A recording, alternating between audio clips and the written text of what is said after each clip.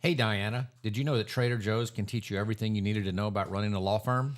Mark, that's the dumbest thing you've ever said. Ladies and gentlemen, jurists and just curious, welcome to the Successful Barrister podcast. Here you'll learn about marketing, management, and life skills for lawyers that probably won't get you disbarred. Hosted by Marc Whitehead, a seasoned lawyer who remembers when fax machines were cutting edge, and Diana Berry, attorney, COO, and the brains behind the scenes. Together, they are the legal world's most dynamic duo since statutes met regulations. So if you're looking to build a practice, not a prison, you're in the right place. Welcome to the Successful Barrister, where legal legends are made. And welcome to the Successful Barrister podcast, the podcast for lawyers and law firm leaders about marketing, management, and life skills that probably won't get you disbarred. I am your host, Marc Whitehead, alongside my number one, Diana Berry. Hey, Diana, You what's going on? struggled over number one, Mark. I'm trying to change it up a little bit. I've noticed that we open the podcast the same way every single time. Some people like routines. I know you do. I know you do. So as we sit here today, some new things are happening. Number one, look at our fancy new Successful Barrister podcast backdrop that we're shooting in front of. It is very fancy. It is very fancy. And I know the people that are just listening on Spotify and so forth can't see it, but you should go check out the YouTube channel. It is quite snazzy. And you should have seen the comedy. It was like Abbott and Costello watching the marketing team try to erect this thing just last minute. They kept coming down and falling down. And I thought about videotaping. It would make a great outtake just watching them fumble over this thing. But In the most supportive way. in the most part, I could have got up from my desk and helped them, but I didn't. I just intentionally sat there and just started laughing. Okay. So, which says so much. it just says so much about me. Your frames are new. Yes, and so I have a new pair of glasses, of which apparently Diana does not approve of because she looked at me weirdly. I'm undecided. Doesn't mean I don't know. You're no, it doesn't mean I undecided. don't like them, right? No, just it means I you don't know. like. Yeah, if you the scowl meant you didn't like them. So I don't like change. Doesn't mean I don't like the glasses. yeah, okay. Well, and I'm not sure I love these glasses either because the whole idea. We should do a poll, so you guys should look at them. Yeah. And My problem is I'm constantly. I have perfect vision at distance, but I can't see a damn thing in front of my face. So I'm constantly pulling readers on and off, on and off, on and off. It becomes annoying. So the point of these glasses is simply they're progressive, so I should be able to see through them clearly by looking at the top and then just looking down so I can read. What it really looks like is you look like one of these space movies in a time warp because you're coming in and out of focus and you're kind of warping.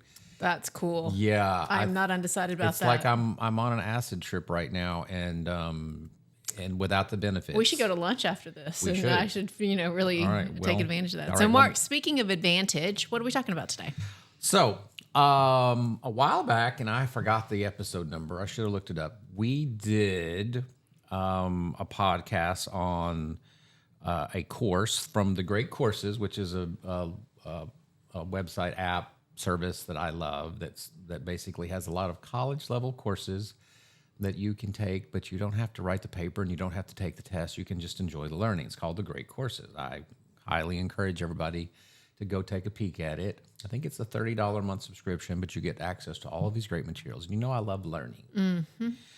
So one of my favorite courses was a course there called Critical Business Skills for Success. And we did a podcast over, I would say a broad brush podcast over the entire course, which, to remind people who haven't looked at that podcast lately, it talked about strategy, operations, finance and accounting, organizational behavior, and marketing. 60 lectures, 60 30-minute lectures, of which I've listened to all of them twice. I thought it was that good. Good.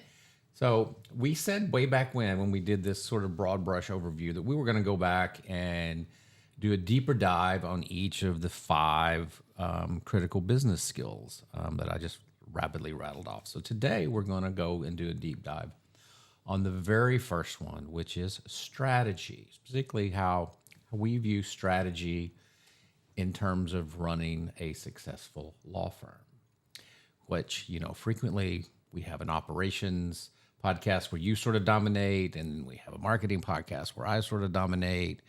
Strategy, this is a us. This is a you and me. This is a yin and yang. We are on equal footing here today because we plot strategy for this law firm, for good or bad. So far, it's worked. So far, it has worked. So far, it's working okay.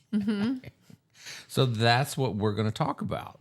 So talk to me about strategy for law firms. Well, what would you define strategy? So we got to start big picture. How would you define strategy, Mark? Okay.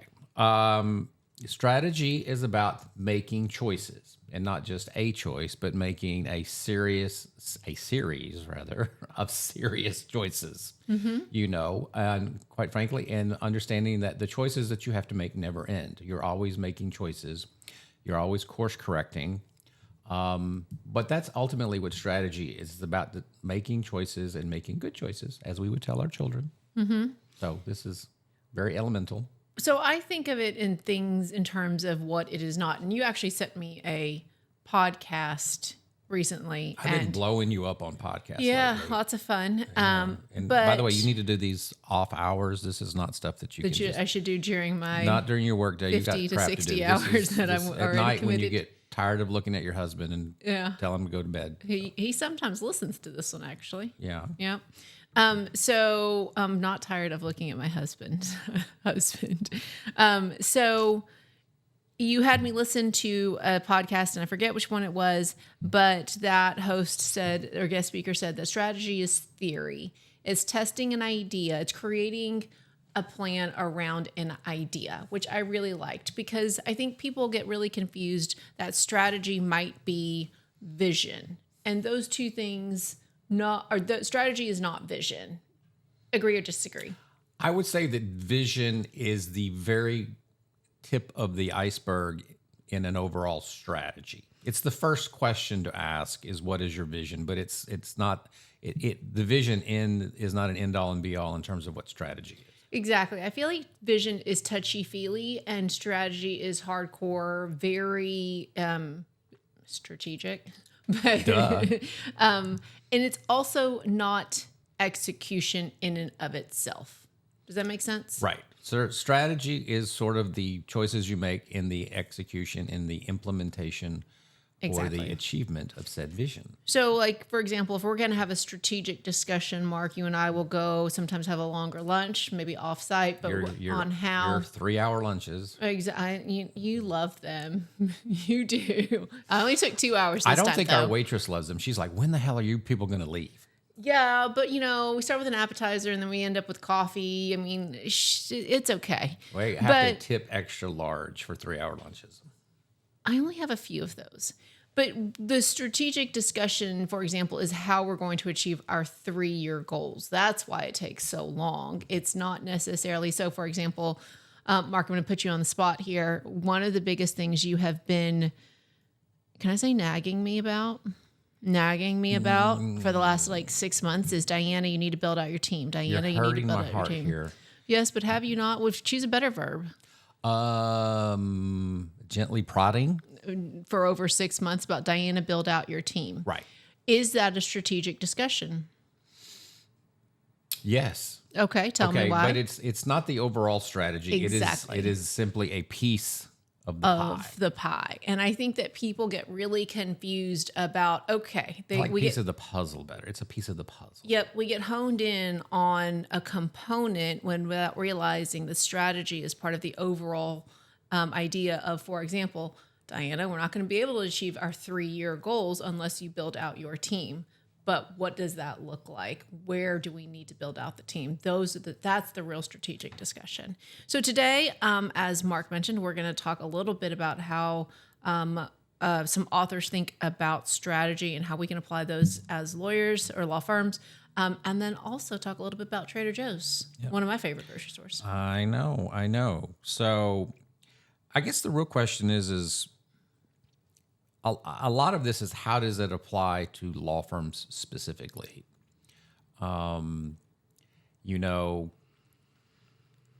Marketing, very unique techniques that lawyers use that may not be used in other industries. Operations, unique techniques that we use. in the legal industry that may not be used in, say, manufacturing or something like that. How is the strategy different for law firms? Yep. And so we're going to talk about that in the framework of the book Playing to Win, which was written by a former Procter & Gamble CEO. Now, I have not read this book. I haven't either, but it was referenced in your course. Oh, yeah, that's right. It was. It was referenced in the course. So they go through 5 questions of how they think about strategy and how you develop strategy. And so that's what we're going to talk about in our second session. Yes. What you're telling me is you need to end this first session so we can take a break and then restart. It's your podcast. I just live I in it. don't know. So anyway, once again, I have totally lost the outlines.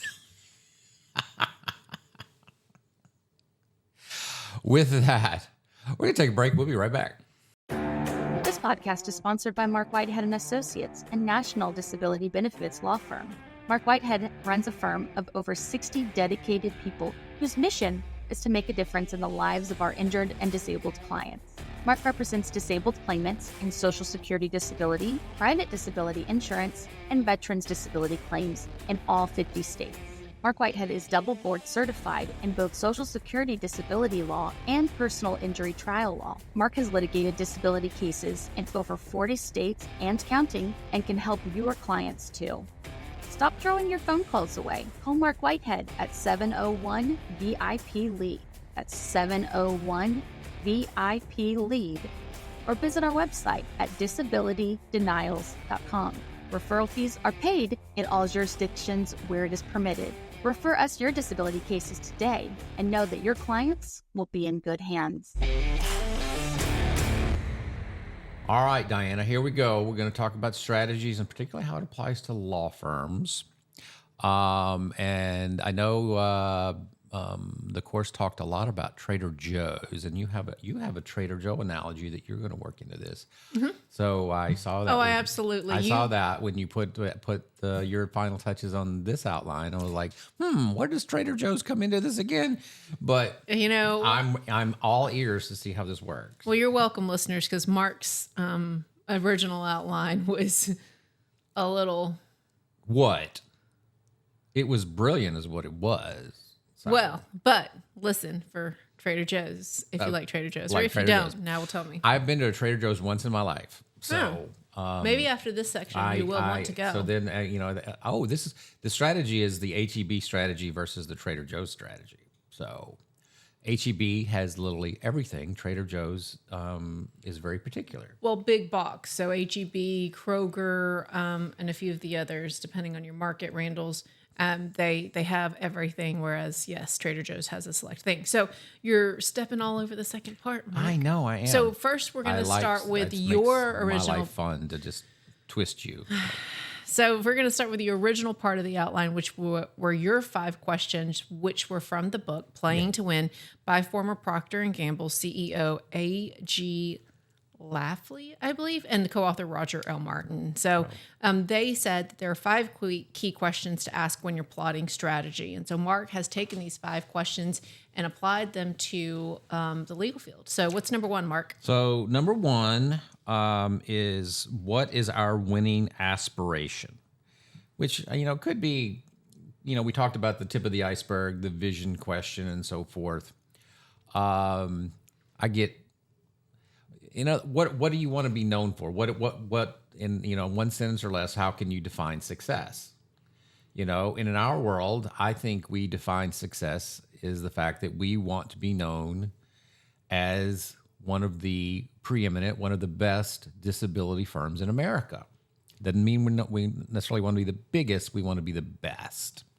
So we start with that simple vision, that simple premise, that simple aspirational statement, and then we work from there.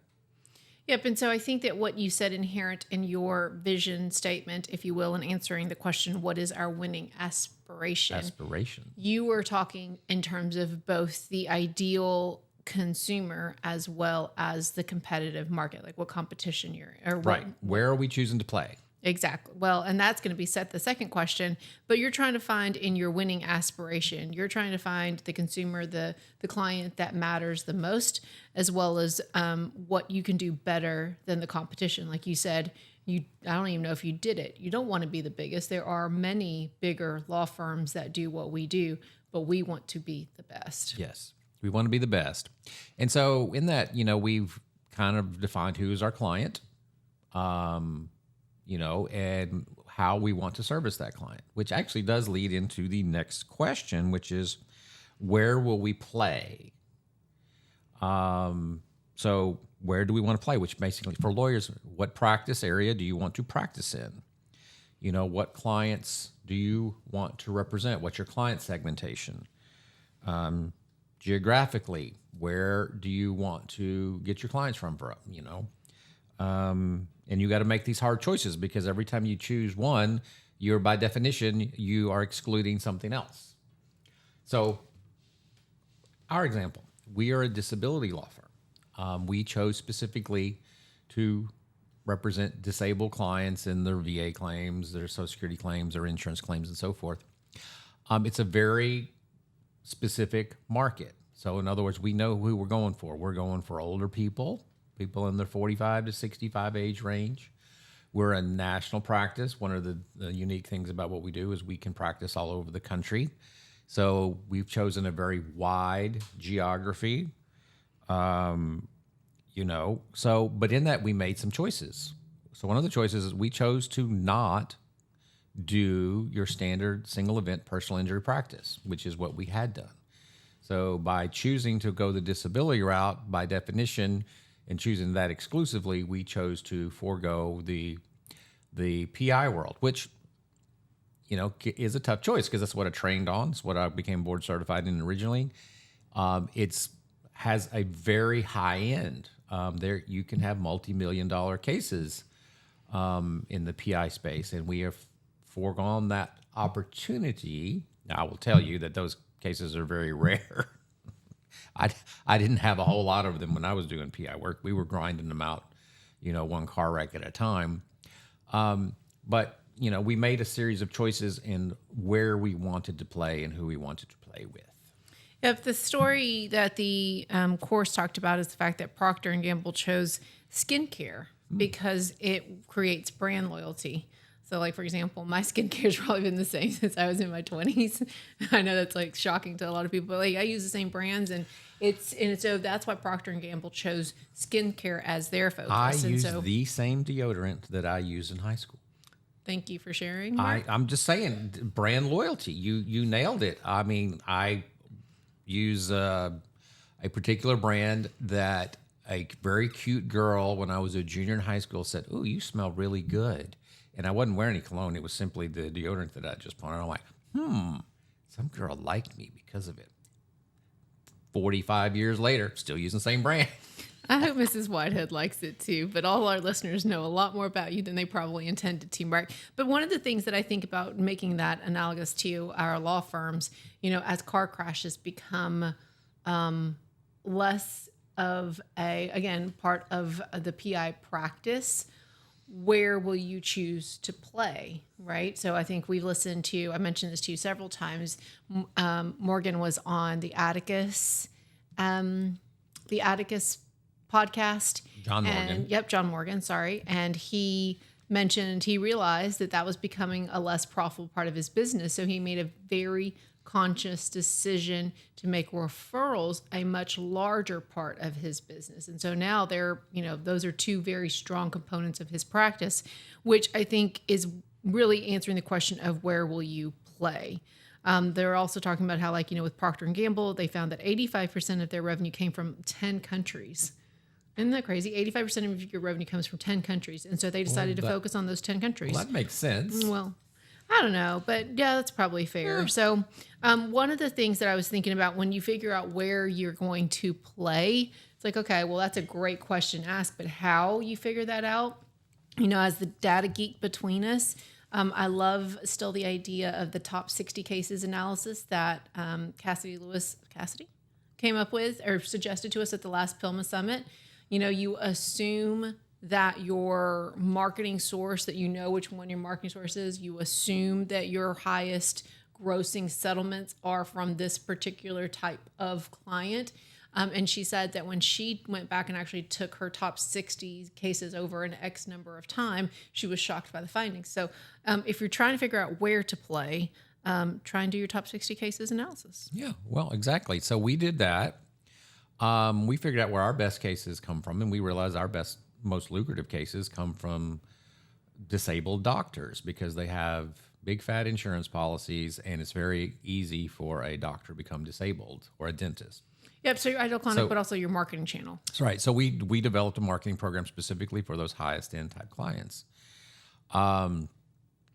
So number 3, what's our third question?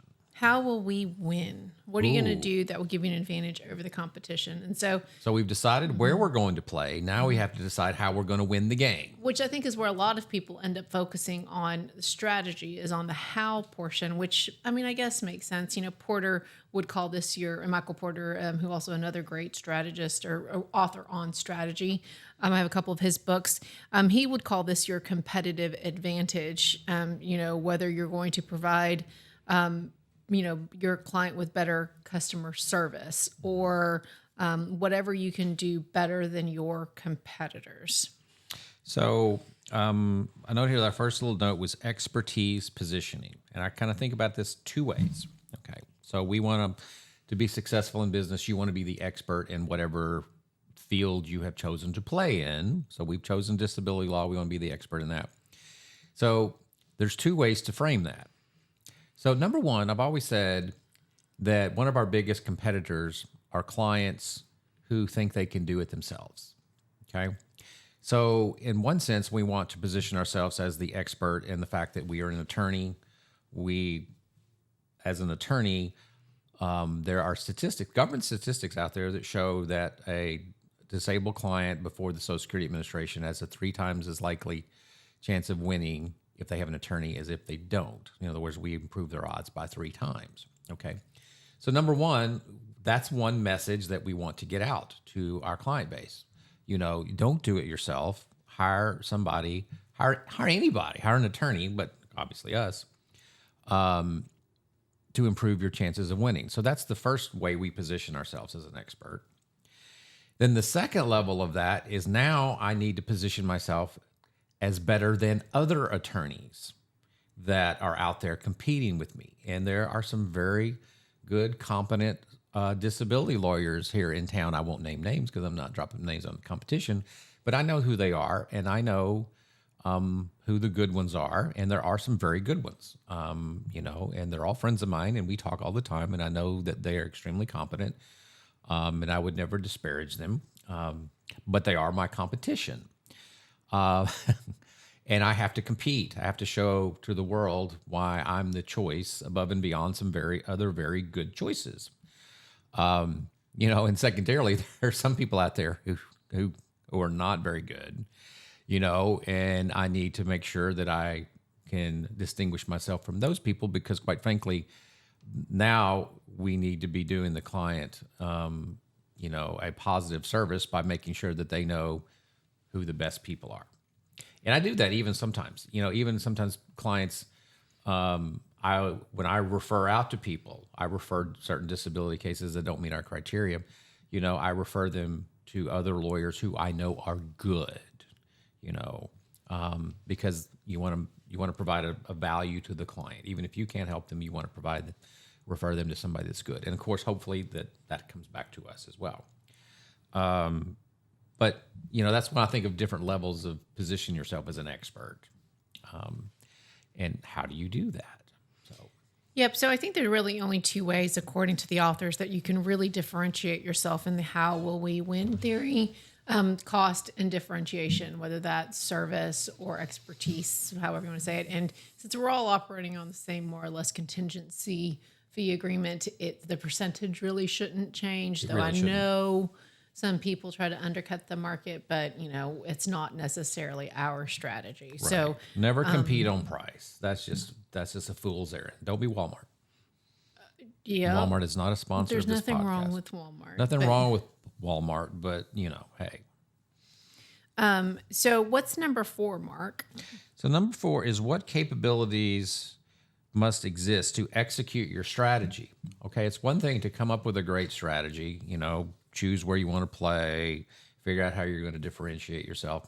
But how are you going to deliver on these promises that you're making to your client? It's all about the execution. And you can take that at a lot of levels. I mean, for every piece of your flywheel, you have to figure out how you're going to execute on that particular piece of the flywheel. Yeah, and so the way that the authors think about this particular question in terms of core capabilities are those that are integrated and mutually reinforcing. I The love flywheel. It's the flywheel. Well, right, in terms of that each component should work well together. The flywheel, I think, feeds into each other, right? The marketing feeds into the intake, feeds into the operations, feeds into the more and more. But I think that these are more like integrated and mutually reinforcing set of capabilities. So, for example, it's not just enough that you're going to have the best intake team. You have to have a really good, or if you have a great marketing team, but you don't have a really great intake team. Yeah, that's a horrible thing to happen. Exactly. You need both of those capabilities to answer the question. You need both of those capabilities working in tandem together so that you can actually execute on your strategy. Right. So I think that starts with talent. You got to have talent. And the best way to develop your talent is to, allow your talent to grow and to the extent necessary to specialize. In our firm, our paralegals, case managers only typically handle one type of disability case. The Social Security team handles only Social Security cases. The VA only handles VA and so forth because they're very different systems. And that specialization within our talent pool allows them to become better and better and better. So I would say that's one way that we try to execute on our strategy. You mentioned the intake department. That's another one. That's another way that we capitalize on our talent. What are some other ones? No, I just think that I'm not sure that I know where you're going with that question. I'm just throwing to you because I needed to take a drink. So. Oh, well, I don't know what's in that coffee today, but I do think about, training as a shared capability because it doesn't matter how good your people are if you don't train them well. It doesn't matter how good that you onboard them then if your onboarding doesn't lead to continuous training, because really you're only reinforcing bad habits. So, or potentially maybe just mediocre habits or outdated information. For example, one of the most basic things we do is update at the SGA every year in the SSD department. You don't want them using What is it? What is SGA? Gross. I don't know. I stumped you. Oh, I am not practicing, sir, but I do know what it is in theory. Substantial gainful activity. That one. I'm like, how much you make? So what's our fifth question, Mark? I want to get to Trader Joe's. Okay, she's just bucking to get to Trader Joe's. And stop asking me questions. I'm going to ask you a bunch of questions because it just makes you squirm, and it brings me joy to my heart. So. Goodness gracious, Mark. It's that Eve, your leadership is really shining. Everybody today. has the two things on their shoulders, the little angel and the little devil, and just my little devil comes out in me sometimes. So yeah. Especially in this podcast. Question 5 to ask. What management systems support your strategy? Which management is required to implement the strategy? So talk to me about that, because this is your baby.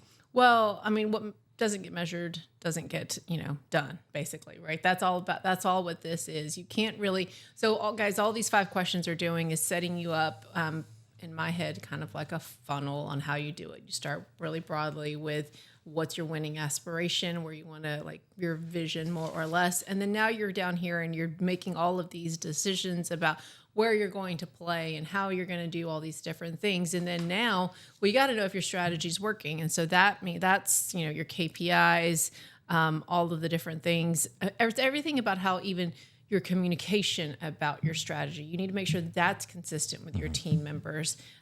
Everything just needs to be aligned. The note here, and I think you wrote this note, compensation alignment.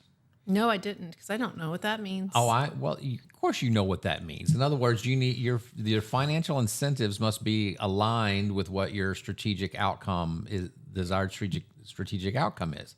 You know, the worst thing you can do is have a compensation system that is counter to what your goals are. So I would not have called it that if I'd written it. well, what would you have called it? Common sense. Common sense. Okay, so Use tell a me little more. common sense. Tell me more about this, Mark. So your Okay. scorecard and how you do it here. Okay, so for example, every department, the people in that department have a scorecard, and they get bonused on how well they perform every quarter on that particular scorecard. Everybody gets a score, and there's different elements in it. And the elements are aligned with what we're trying to achieve. So, for example, for a case manager, one of the elements of their scorecard typically might be how responsive they are to client phone calls.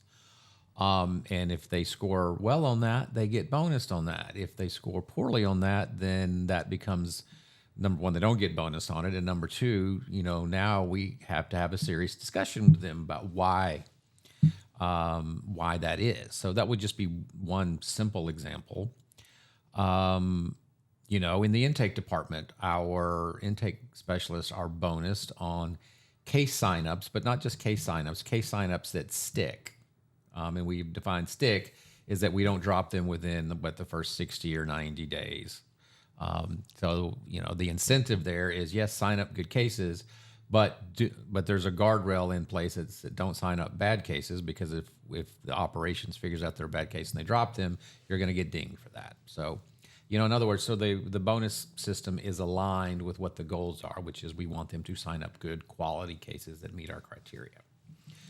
I'm sure the attorneys have the same thing. The attorneys have production bonuses. They have origination bonuses. So all aligned with what we want them to do, which we want them to get out there and develop business. We want them to be productive and generate revenue.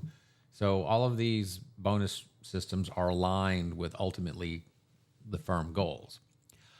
Can you think of any bonus systems that we've had in the past that went the opposite direction? I can think of maybe a couple. I don't remember what they were like when I got here. Okay. So specifically the guardrail on the intake department. They didn't have the right. When drop. we did not have the drop guardrail, what we found is that certain intake specialists were signing up cases that were not meeting criteria, because, they wanted to meet their bonuses. So you have to sometimes make sure that there are guardrails in place and that, everything is aligned. And you don't have an unexpected outcome, an unintended consequence from a bonus structure. That's what you're trying to guard against. Okay. I think I got on my soapbox a little bit there. Just a little bit. But because you're just dying to go to Trader Joe's. I am. Well, I think we're running out of time. And so I'm wanting to get to Trader Joe's. But I think as we wrap up the 5 questions from the book, Playing to Win, and discussing how they just approach strategy, Mark, to wrap it up, I think that you said you began the podcast with, strategy is about choices. And I think the choices in what you're going to do, but just as importantly as what you're not going to do. Right. And so, like good attorneys, we're going to do a case study. And I can't take credit for this one. This is talked about in the book on Trader Joe's, and I just made it applicable to what we know. I can't wait. So, I am you've only been in one Trader Joe's. very frustrated because the brands I was looking for were not there. Okay, well, but that's actually their competitive advantage. They're known for their private labels. Explain this one to me. Their private labels. Everything is Trader Joe's label branded. They're known for their small parking lots and also their very narrow aisles. You won't find the big H-E-B or the big Kroger aisles that you would. This all sounds horrible to me. But they also don't offer self-checkout. They don't offer a loyalty card, like you have a Kroger card, with your Kroger points, or they don't accept coupons. And so just like Southwest for a very long time, I think up until like last month, did not offer assigned seats, Trader Joe's has developed a competitive strategy based on what it won't be to consumers, which apparently you are not the ideal Trader Joe's apparently am not the ideal Trader Joe's consumer. So in 3 ways, this is the way that I interpret the Trader Joe's strategy to the legal field. So, for example, we have heard of, and when we went to the Accelerator Conference, we've heard of law firms that really only take what we call the A cases. They are very small boutique law firms that are very good at trial work, and they develop relationships with law firms who perhaps have no interest in those. So what we would call the B2C cases. They're just really churning like you were with the PI cases. Right. And so they develop kind of this pipeline. Okay, well, whenever I get an A case, I'm going to feed it to you and I'm going to get part of that back. And vice versa. Whenever they get kind of a B2C case, they send them to a different law firm. And so by focusing on not just type, right? Like I'm going to do car wrecks, I'm going to do premises liability. They have further honed in on the value of cases that they will handle. You know, and I would say this is probably the mistake that I made in the first half of my practice when I did PI work was I tried to be both. Try to be everything to everybody. I tried to be everything to everybody. I tried to handle the volume small car wreck cases. I tried to handle the big cases that needed to get litigated. I tried to do all of it. And quite frankly, there's a reason I have so much gray hair on my head. I'm glad it wasn't me. It was done before you got here, but I'm sure that you probably could have contributed to it. You're welcome. So. But also I think that you brought up a very good point. Bringing everything to everybody is not a strategy. No, it is a bad strategy. So my second example of how, in our case study of how Trader Joe's, you can apply the Get Trader Joe's strategy, assuming you want to because you're a Trader Joe's consumer, is how we have heard of certain estate planning firms that choose to only do the Medicaid cases or the Medicaid planning cases, those kind of urgent emergency room type cases, rather than the bread and butter type, I'm going to create a ladybird deed for you or those types of things. We have cousins who really only do the Medicaid planning. Yeah. So they have chosen to play in a particular field, and they have chosen to be probably one of the best in their particular field. In a particular geographic area. Right. Right? One of our friends up in Michigan opened up an office in an affluent neighborhood to attract more of those particular clients. Right. So very, very specific about what he wanted to do and basically the pond that he wanted to fish in. But yes, he left he will say, I leave a lot of money on the table from other things that I choose not to do, which are sort of ancillary, but he feels that they distract him from his core mission, his core vision. And I say corollary to this point, and you can skewer me for this because this one's actually a Diana point, not what the author said. Here we go. go. I would think, we have some cousins that also have that monthly plan that they offer their clients. It's like a client service, plan as part of their ongoing legal fees. If you could craft a unique package for your clients, I think that's akin to the Trader Joe's private labels. It creates novelty. I think that's one of the coolest things about walking into a Trader Joe's. I never know what I'm going to get. And so it's probably the same orange chicken that I could find at H-E-B, but this one says Trader Joe's. If you can brand your own client package to something. You can brainwash your client base is what you're saying. In a very nice way, I'm saying that. Okay. I don't know. I truly believe think that it's all a these Trader corollary. Joe's fans out there have been brainwashed. Well, but apparently it works for Trader Joe's. Follow me to the nearest Trader Joe's, listeners. And then finally, my third point from our case study is that, Marc, in our own area, in the field that you've chosen, you have three main practice areas, obviously long-term disability or ERISA work, VA, and Social Security disability. I know very few firms that practice all three disability practice areas. I think some do SSD and VA, some just do the ERISA work and have dropped all of their SSD. Mm-hmm. So by choosing to be, I think that our EOS work calls it experienced, comprehensive advocacy. Right. We are choosing to, quote unquote, be everything to everybody, but also in a very niche way. Yeah. So really what we are choosing to do is we are choosing to serve a particular segment of the population. So we start with what client do we want to represent? What does this client need that we could do well? So what we could do well. We can do the disability work well on any of the disability claims. We can do the elder law part. Like one of the things they need that we don't do. Our segment would also benefit from legal taxation advice, but we choose specifically not to do that. Not because we couldn't make some money at it, it's because we just aren't experts in it. We wouldn't be the best at it. So we could do it, but I don't think we could be the best at it. So I choose, if I can't be the best at it, I'm going to not do it. Yep. So in summary of my case study presentation on Trader Joe's and how their lessons that they have chosen, I think that when you make trade-offs, it's difficult for competitors to become imitators. True. And the other corollary rule is that the tortillas at H-E-B are much better than the crap that you get at Trader Joe's. Much better. Did you know they have keto tortillas at H-E-B? Oh, my God. Oh, I know. I was eating some corn tortillas from H-E-B last night. It's just the bomb. But. Non-keto, sounds. Well, so my wife has the gluten intolerance, so we can't do the flour tortillas. So we've got to go for the corn. So that's the way it is. That's the way life is. So when we come back, Marc's 5 action steps going forward. This is Marc Whitehead, lawyer, entrepreneur, and business coach. Thanks for listening to the Successful Barrister podcast. If we've stirred your juices, hit me up with an email at marc@marcwhitehead.com. Remember, Marc is spelled with a C. And get on the Successful Barrister newsletter mailing list. Even better, let's set up a call. I'd love to talk to you about working together, talk shop, or just shooting the breeze. And we're back. All right. So, Diana, I just thought we'd recap real quickly the 5 key questions before, because I feel that we may have gone off the rails and confused a few people. But the 5 key questions when plotting strategy. So what is our winning aspiration? Where will we play? How will we win? What capabilities must exist to execute said strategy? And finally, what systems do we need to support it? So with that, our 5 action steps going forward to try to put this, to put this, I'm losing the metaphor I'm looking for here, but to put this all in focus. Okay.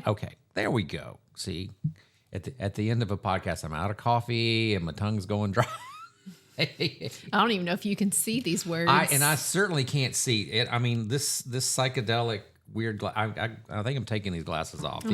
These glasses may get retired. So take you to lunch and ask for a raise for those glasses. I can't believe. Okay, now I'm putting the glasses back on. So there. Well, I'll be psychedelic I'm going to make her again. love my glasses. So number 1, action steps going forward. I would say define your winning aspiration in 1 sentence.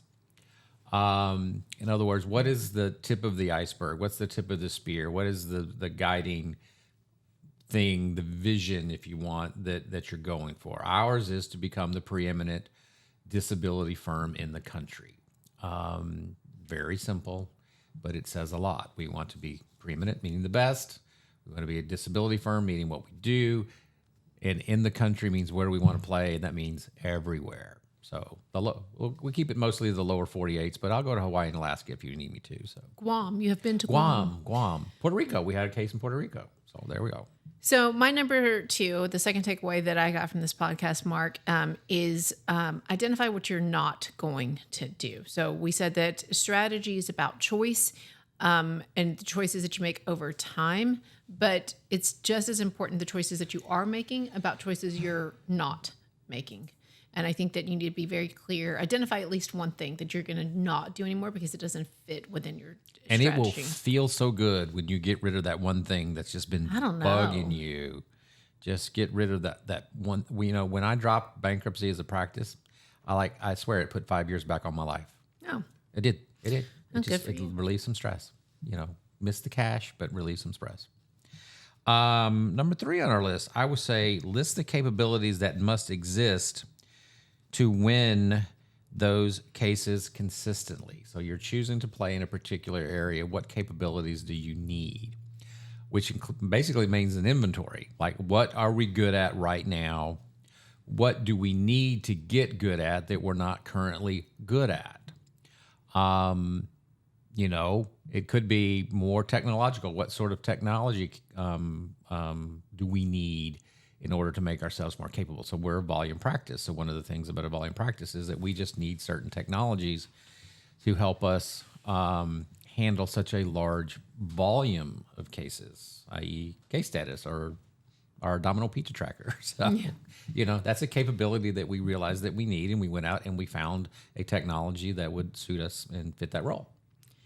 So number four for me, I really liked the where will you play question. Of course, that was the second of the 5. So I'd really focus on where you're going to play as one of my takeaways, whether that's going to be either what is going to take the place of your car wreck practice, what's going to be the equivalent of, are you going to be a Medicaid only planning or Medicaid planning law firm only, do that top 60 cases analysis maybe, but just real clear about where even your marketing channels, where are you going to play? Think about those questions. What are your practice areas?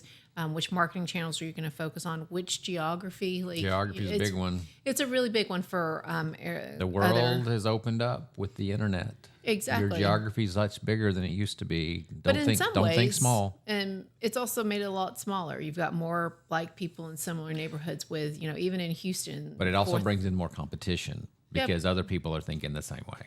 Well, Houston's the 4th largest city, right? At last I checked in the nation. And I think we have more micro neighborhoods than we ever have. So, and not just River Oaks and Westview or Piney Point, although nobody cares. You have a lot more concentrated neighborhoods, which allows you to take advantage of the Google. What's the 5th? So I wrote down build a cadence of accountability and a cadence of review. Oh.